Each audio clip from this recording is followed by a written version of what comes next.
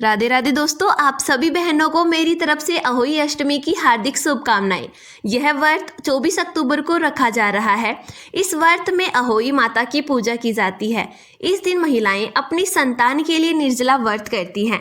शाम को तारों की छांव में कथा सुनकर तारों को अर्घ देकर व्रत खोलती हैं। कई जगह तारे निकलने के बाद अहोई माता की पूजा शुरू होती है। पूजन से पहले पूजा वाली जगह को साफ करके पूजा का चौक पूर कर एक लोटे में जल भरकर उसे कलश की तरह चौकी के एक कोने पर रखते हैं और फिर पूजा करते हैं। इसके बाद अहोई अष्टमी व्रत की कथा सुनी जाती है। कथा पढ़ने के बाद आखिर में प्रार्थना करनी चाहिए कि जैसे माता ने उसकी संतान की रक्षा की वैसे सभी की रक्षा करे। आइए सुनते हैं अहोई अष्टमी व्रत कथा। उससे पहले अगर आप हमारे चैनल पर पहली बार आए हैं तो प्लीज़ हमारे चैनल को सब्सक्राइब जरूर करें और साथ ही बेल आइकन को प्रेस करें ताकि आने वाली हर भक्ति वीडियो आप सभी भक्तों तक जरूर पहुँचे।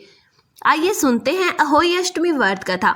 प्राचीन काल में एक साहूकार था जिसके 7 बेटे और 7 बहुएं थी। इस साहूकार की एक बेटी भी थी जो दीपावली में ससुराल से मायके आई थी। दीपावली पर घर को लीपने के लिए 7 बहुएं मिट्टी लाने जंगल में गई तो ननंद भी उनके साथ चली गई। दीपावली से पहले कार्तिक बदी अष्टमी को 7 बहुएं अपनी एकलौती ननंद के साथ जंगल में मिट्टी लेने गई।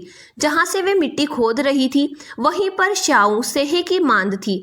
मिट्टी खोदते समय ननंद के हाथ से सेही का बच्चा मर गया। इससे क्रोध में आकर श्याऊ माता ने ननंद से कहा कि अब मैं तेरी कोख बांधूंगी।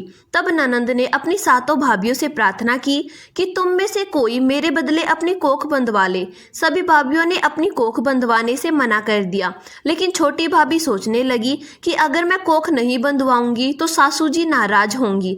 ऐसा विचार कर ननंद के बदले छोटी भाभी ने अपनी कोख बंधा ली। उसके बाद जब उसे जो बच्चा होता वह 7 दिन बाद मर जाता। एक दिन साहूकार की स्त्री ने पंडित जी को बुलाकर पूछा कि क्या बात है, मेरी इस बहू की संतान 7वें दिन क्यों मर जाती है। तब पंडित जी ने बहू से कहा कि तुम काली सुरही गाय की पूजा किया करो। उन्होंने बताया कि दरअसल काली गाय श्याऊ माता की भाईली है, वह तेरी कोख छोड़े तो तेरा बच्चा जिएगा। छोटी बहू ने पूरी लगन से गाय की सेवा की। एक दिन गौ माता बोली कि मेरे जागने से पहले कोई रोज मेरी सफाई कर जाता है, सो आज मैं देखूंगी। गौ माता खूब तड़के जागी तो क्या देखती है कि साहूकार की बेटे की बहू उसके नीचे सफाई आदि कर रही है। इससे गौ माता प्रसन्न हुई और बोली कि मैं तुमसे बहुत ही प्रसन्न हूँ, तुझे जो चाहिए वो मांग ले। तब साहूकार की बहू बोली कि श्याऊ माता तुम्हारी भाईली है और उन्होंने मेरी कोख बांध रखी है, उनसे मेरी कोख को खुलवा दो। गौ माता ने कहा अच्छा। तब गौ माता 7 समंदर पार अपनी भाईली के पास उसको लेकर चली। रास्ते में कड़ी धूप थी, इसीलिए दोनों एक पेड़ के नीचे बैठ गई। इतने में वहां एक सांप दिखाई दिया। उसी पेड़ पर गरुड़ पंखनी के बच्चे थे। सांप गरुड़ पंखनी के बच्चों को मारने लगा। तब साहूकार की बहू ने सांप को मारकर ढाल के नीचे दबा दिया और बच्चों को बचा लिया। थोड़ी देर में गरुड़ पंखनी आई तो वहां खून पड़ा देखकर साहूकार की बहू को चोंच मारने लगी। तब साहूकारनी बोली कि मैंने तेरे बच्चों को मारा नहीं है, बल्कि सांप तेरे बच्चों को डसने आया था। मैंने तो तेरे बच्चों की रक्षा की है। इससे गरुड़ पंखनी प्रसन्न हुई और बोली कि मांग तू क्या मांगती है। वह बोली 7 समंदर पार श्याऊ माता रहती है, मुझे तू उसके पास पहुंचा दे। तब गरुड़ पंखनी ने दोनों को अपनी पीठ पर बिठाकर श्याऊ माता के पास पहुंचा दिया। श्याऊ माता उन्हें देखकर बोली कि आ बहन, बहुत दिनों बाद आई। फिर कहने लगी कि बहन, मेरे सिर में जू पड़ गई हैं। तब सुरही के कहने पर साहूकार की बहू ने सिलाई से उसकी जुएं निकाल दी। इस पर श्याऊ माता प्रसन्न हो बोली तूने मेरे सिर में बहुत सिलाई घेरी है, इसीलिए तेरे 7 बेटे और 7 बहू होंगी। वह बोली मेरा तो एक भी बेटा नहीं, 7 बेटे कहाँ से होंगे। शाहू माता बोली वचन दिया है। तब साहूकार की बहू बोली मेरी कोख तो तुम्हारे पास बंद पड़ी है। यह सुन शाहू माता बोली तूने मुझे ठग लिया। जा, तेरे घर पर तुझे 7 बहुएं मिलेंगी, तू जाकर उजमन करियो, 7 अहोई बनाकर 7 कढ़ाई करियो। वह लौटकर घर आई तो वहां देखा कि 7 बेटे 7 बहू बैठे हैं।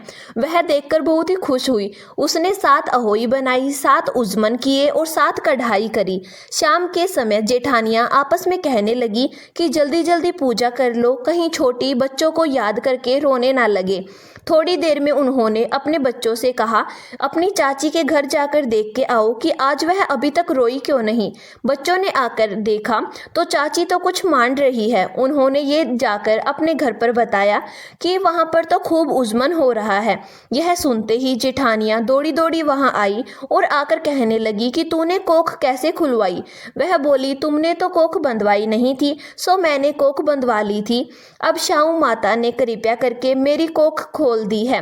हे शाहू माता, जिस प्रकार उस साहूकार की बहू की कोख खोली, उसी प्रकार हमारी भी कोख खोलना। प्रेम से बोलिए अहोई माता की जय।